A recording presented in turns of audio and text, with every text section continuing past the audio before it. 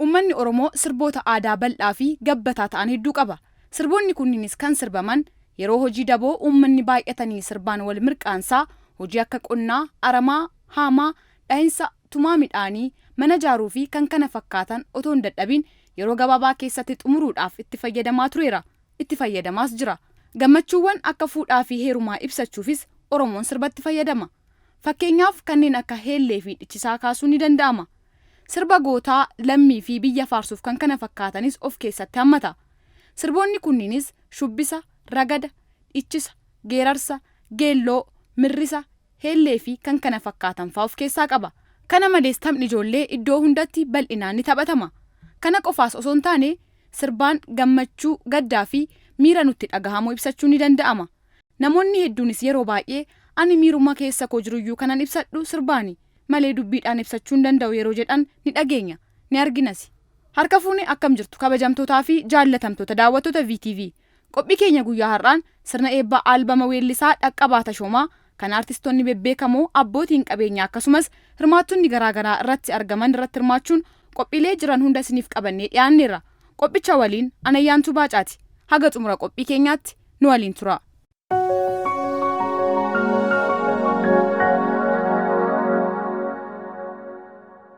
Hayyee waaqa uumamaa galanni haa ga'u jecha kabajamtoota keessummoota koo guyyaa har'aa kana kabajaa fi jaalala aartiif artistii Oromootiif qabdan agarsiisuudhaaf yeroo keessanii fi humna keessan aarsaa gootanii bakka kanatti argamtan yooyyaa baga nagaan dhuftan isiniin jedha hundi keessanuu. Hayyee itti aansuudhaan guyyaan har'aa kun anaaf guyyaa milkiiti, guyyaa addaati. Yeroo gaarri baanuu hin malle cabsinee itti baane qileen ce'uun hin barbaachifne cabseetti ce'ee guyyaa har'aa kana gahee dhaloota qaqqaalee akka keessanii, obboloota qaqqaalee akka keessanii, hangafoota qaqqaalee akka keessanii wajjin guyyaa milkii kootii arge anaaf gammachuu guddaadha. Isinis baga gammadan wajjinuu baga gammanne ulfaadhaa jiraadha isiniin jedha.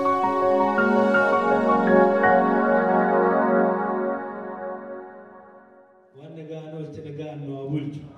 Hamaa ammaataan irraa qabu. Biyya keenya nagaa haa godhu. Wal bira nu haa bulchu. Jaalala nu haa kennu. Akka kanniisaa gurmuu nu haa kennu. Gurmuun keenya haa jabaatu. Haa dagaagu. Fuuldurri keenya yaa ifu. Eebbi har'aa kun eebba milkii haa ta'u. Kan aadaan keenya itti dagaagu haa ta'u.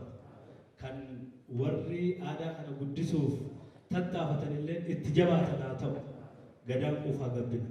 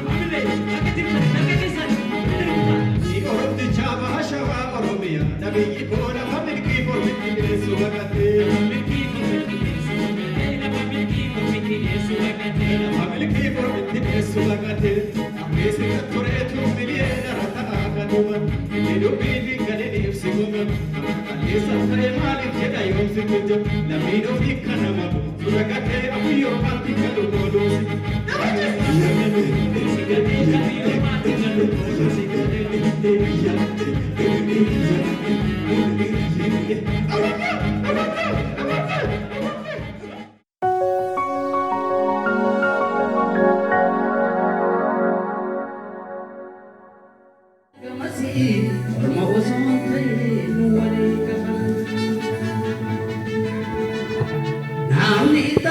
Timpani, afuwaya madalata, namni wako timpani, afuwaya madalata.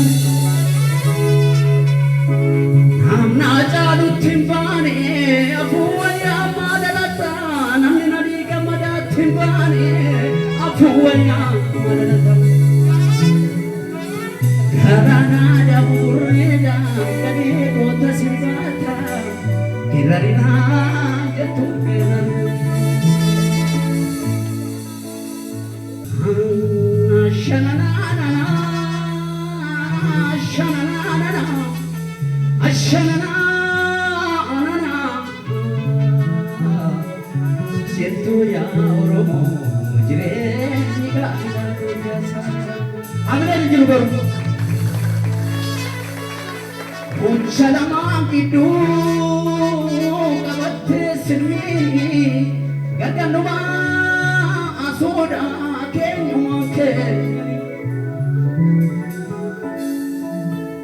Dewana hubanu kamasi kamana ormoso tai nawani kamana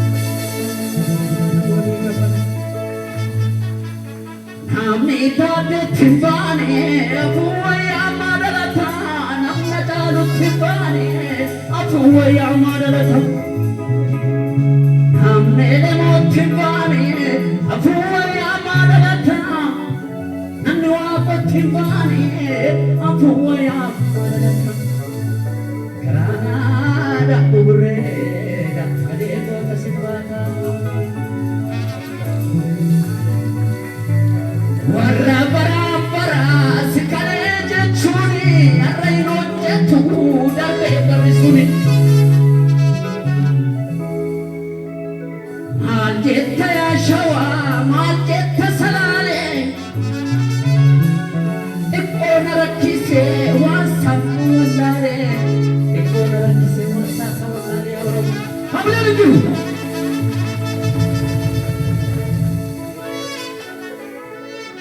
jadi jetu me jadu urelata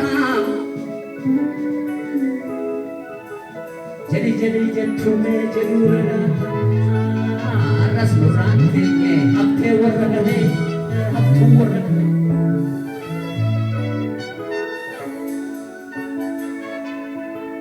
namna gari timbane afuwaya madalata namni badada timpani afuwaya madalata lammi datane afuwaya madalata garana da burreda gari kota sibata kerrina jettu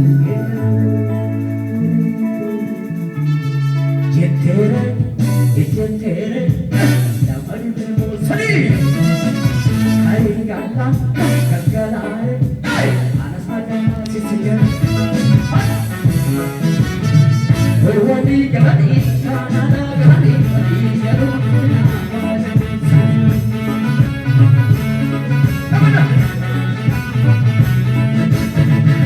wadi gadi kanada gadi digaru fina babajau sabina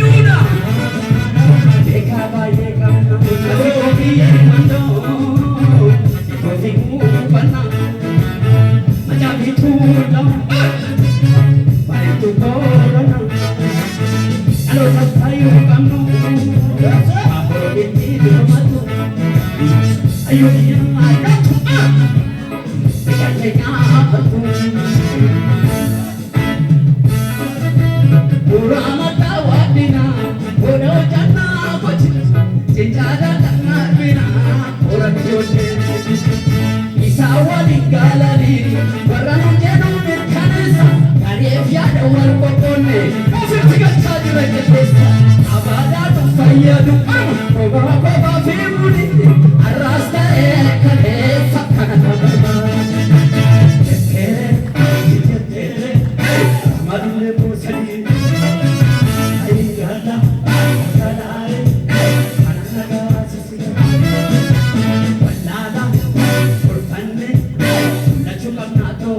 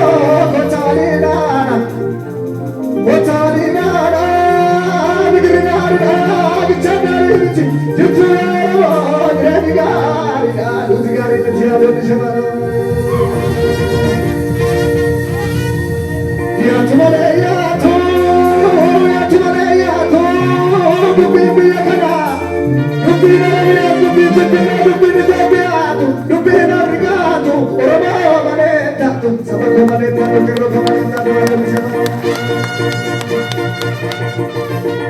Yabusana detani, Yabusana detani, Dabba una kabe, Namni Yabusana teajole, Akabita baba, Mekabita baba, Yabugaya detani, Miraga una kabe ajole, Kawe kona sirvi teajole, Atagira nagale, Orona tubiti, Orichawa yale chimale, Orichawa yale Kushigata, Atabai tola. Como se me diga, hombre, ¡eres allí, Marena! ¡Allah, yo acá me grabo! ¡Por tu acá se me la! ¡Acá de tú, no me rego, te salí! ¡Te salí!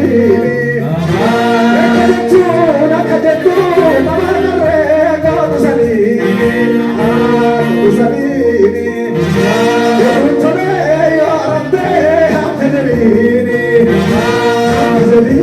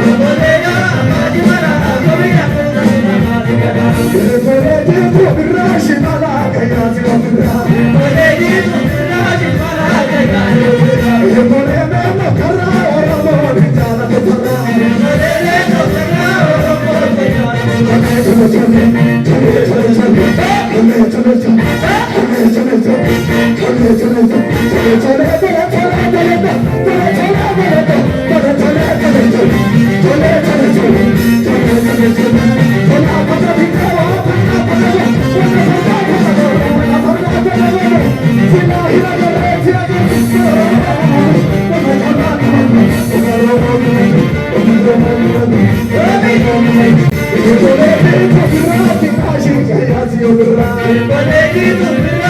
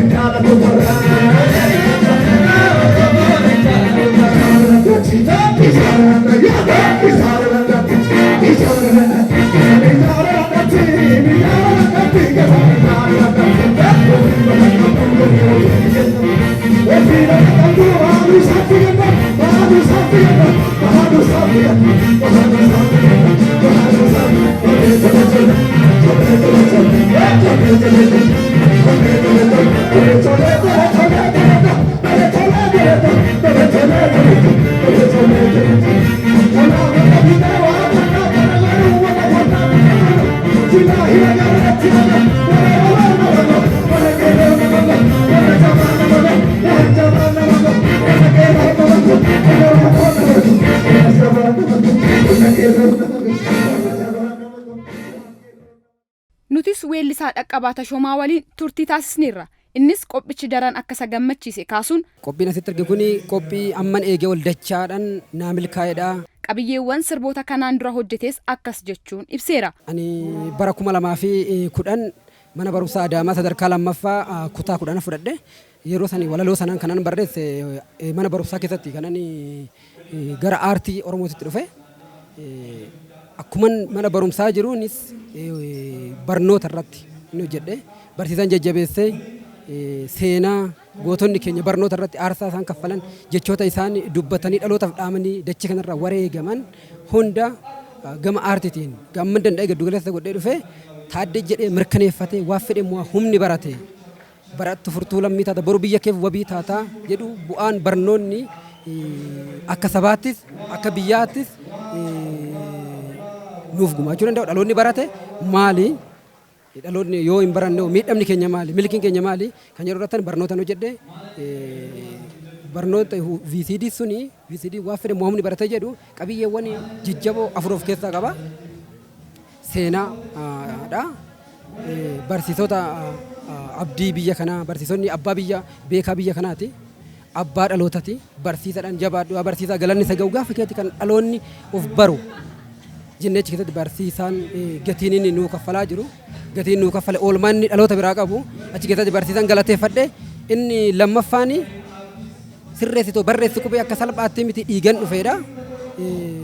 Yeroo baay'ee magaalaa keessa yoo deemnu xalaawwan tokko tokko yoo agarru borcama qubee yoo agarru baay'ee itti gaddina baay'ee nutti dhaga'ama. Kanarraa kan ka'e namni barsiisus namni barus qubee xiiqiidhaan barsiisuu qaba xiiqiin barachuu qaba dhiiga hedduutitti dhangala'ee as ga'e. Kanaaf dhaloonni baratus barsiisus qubee irratti akka xiyyeeffatudha jechuudhaan achi keessatti absine inni sadaffaan qabiyya isaa sadaffaan jabaatanii yoo baratanii addunyaan dorgomu roorroo qollatanii barataa kiyya garaa hidhadhu lafa qaroomaa ooluu filadhuna ayya biyyi keenya kanuma walumaan quba qabnu haalli yeroo barattu haalonni garaagaraa kasiif hin mijanne hedduutu jira. Gufuuwwan xixiqqoo tanaaf kaayyoo kan dirree barnootaa dhaloonni lagachuu hin qabu. Yoo har'a gufuu mana barumsaa keessatti nama muddatu yoo baratan chaalenjii waan nama godhu hedduu waan jiruuf wanti xixiqqaan akkasii dhaloota mana barumsaa irra qabuu hin qabu waan ta'eef miidhama har'aatirree garaa hidhu borummoo sadarkaa biyyaatittis sadarkaa addunyaatittis uummata keetiifis ofiifis dorgomaa taata. Yoo jabaatanii baratanii addunyaan dorgomu roorroo qolatanii jedhu egeree dhaloonni biyya isaatiif wabii ta'uu fi yoo barate qofa akka wabii hin taane achirratti sirriitti ibsineefii jira. Inni dhumaa seenaadha barnoota jajjabina guutumatti bakka barnoota birraan barii fulbaan ni ga'ina jajjabee sabaa ni jajjabeeffanna yaada fi humnaanis cinaa dhaabbanna qabiyyaa arfaffaadha. Dhaloota dirree barnootaa jiru beekaas ta'ee abbaa qabeenyaas ta'ee mootummaas ta'ee xiyyeeffannoon akka mana barnootaa irratti hojjetu dhaloota akka dirree barnootaa jiran baay'ee xiyyeeffannoo godhe akka jabeessu. Isuu fi barataa irratti akka jajjabina godhu dhaloota akka jajjabeessu achirratti qabiyyee kana dhaabnee turre. Akkasumas weellisaan kun hojii kana hojjetee uummataaf dhiyeessuuf baay'ee akka dhama'ee kaasuun qaamolee deeggarsa taasisuun bira dhaabbatanis galateeffateera. Ani gara aartii Oromootti akkuman dhufeeni weellisaa Ayyaanoo Bariisoo guddaan galateeffadha. Sababni isaa Ayyaanoon nama akka aartii Oromoo keessatti nama jabaa nuti qabnudha. Nama bu'aa ba'ii aartiin Oromoo nama kaffalchiisu dursee beekedha. Gaafa gara aartiitti dhufu nas sirbaafan inni jedhee itti himu na waamee na Adaamatti aartii Oromoo keessatti mudannoo kanatu jira. Rakkoo kanatu jira. Yoo jabaattee hojjette immoo bu'aa isaa kana injifannoo isaa kana kanaafi chaalenjii kana dandeesse nama jabaa taata uummata keetiif waa guddaa hojjechuu dandeessa. aartiidhaan Oromoo fi Oromiyaa sadarkaa addunyaatti beeksisuu dandeessa. Chaalenjii kana qofa danda'uudha. Malee aartii Oromoo hojjetanii nama jabaa ta'uudhaaf saayisii biraan qabu chaalenjii dandamachuudha jedhee namni gara aartii Oromootti na galchee aartist Ayyaanoo Bariisoo guddaan galateeffadha. Itti aansee shubbistoota garee waan ofii keessa turan dhaloota yeroo jalqabaatti hanga har'aatti na faana jiranidha. Har'a yerootti iyyuu garee uumne wal hundeessine baandii galma shaggar hundeessee gara kanatti waliin dhufne aartii fi aartistii Oromoo ulfina horuudhaaf jabaannee hojjechuu qabna jennee wal mari'annee cimneetti deemaa jirrudha. Kanaaf dursaan garee sanii Abbabaa Tolasaa Namaa guddaan galateeffadha. Inni sadaffaan namoota yaadanis ta'e humnaanis na cinaa dhaabbachaa turan hedduutu jiru. Isaan hunda isaanii barsiisota fi barattoota mana barumsaa Adaamaa sadarkaa lammaffaas yeroo san gara aartii akka dhufaniif warra na jajjabeessan isaanis guddaan galateeffadha. Akkasumas namoota baay'eedha namoonni akkanaan gara kanatti dhufuudha. Yeroo gara kanatti dhufuun na cinaa dhaabbatanii yaadan na cinaa dhaabbatanii diinagdeen na cinaa dhaabbatanii na jajjabeessan hedduun isaanii jiru. Hunda isaanii maqaa waamuu hin danda'u garuu guddaa galatoomaa ulfaadhaan jedhaanii guyyaa har'aa Finfinneetti wal agarree ji'a itti aanu keessatti immoo Oromiyaa dirree biraatti wal arginan jedhaanii galatooma ulfaadha jiraadha. Barsiisaa weellisaa Dhaqqabaa Tashoomaa kan ta'e obbo Ayyaanoo Bariisoon immoo qophichi akka gaarii ture dubbachuun qophiin bareeda. Qophiin Dhaqqabaa Tashoomaa yookiin weellisaa Dhaqqabaa Tashoomaa qopheesse kuni Oromoo biraatiif illee fakkeenya ta'a jedhee yaada. Weellisaa Dhaqqabaas akkas jechuun ibseera. Dhaqqabaan anaaf firiyaadha, obboleessaa, darbee san akka abbaa isaatti hin ilaalama jechuudha. Kana oonan jedhu karaa aartii ijaarsa isaa keessatti nama dhagaa bu'uuraa buusee yoon jedhee namaan baay'ee of ol kaase natti hin fakkaatu. Weellistoonni dhufaa jiranis osoo abdii hin kutatiin jabaatanii akka hojjetan dhaamsa isaa dabarseera. Aartiin gaa bu'aa bayiidha. Bu'aa bayii kana keessatti immoo keessahuu qormaata diinagdeetu aartii Oromoo kana miidha.